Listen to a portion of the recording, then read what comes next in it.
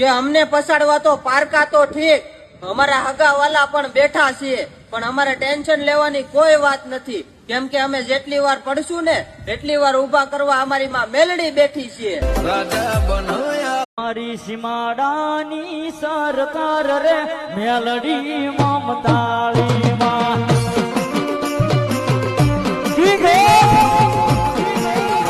સીમાડાની સરકાર